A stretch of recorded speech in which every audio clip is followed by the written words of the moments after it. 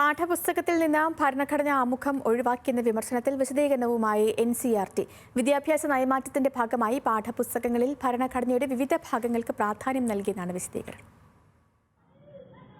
ഈ വർഷം പുറത്തിറക്കിയ 3-6 ക്ലാസുകളിലെ പാഠപുസ്തകങ്ങളിൽ നിന്ന് ഭരണഘടനയുടെ ആമുഖം ഒഴിവാക്കിയത് വിവാദമായതോടെയാണ് NCERT രംഗത്തെത്തിയത്. പ്രചരിക്കുന്നത് അടിസ്ഥാനരഹിതമായ വിവരങ്ങളാണെന്ന് NCERT curriculum studies and development വിഭാഗം മേധാവി പ്രൊഫസർ രഞ്ജൻ അറോറ വ്യക്തമാക്കി. ഭരണഘടനയുടെ വ്യത്യസ്ത ഭാഗങ്ങൾക്ക് പ്രാധാന്യം നൽകുകയാണ് NCERT. പുതുതായി അച്ചടിക്കുന്ന പാഠപുസ്തകങ്ങളിൽ ഇന്ത്യൻ ഭരണഘടനയുടെ ആമുഖത്തോടൊപ്പം മൗലികാവകാശങ്ങൾ, മൗലിക കർത്തവ്യങ്ങൾ, ദേശീയഗാനം തുടങ്ങിയവയ്ക്ക് പ്രാധാന്യം നൽകുന്നുണ്ട്. 2020 കേന്ദ്ര സർക്കാർ നടപ്പിലാക്കിയ വിദ്യാഭ്യാസ പരിഷ്കരണത്തിന്റെ ഭാഗമായാണ് നടപടി.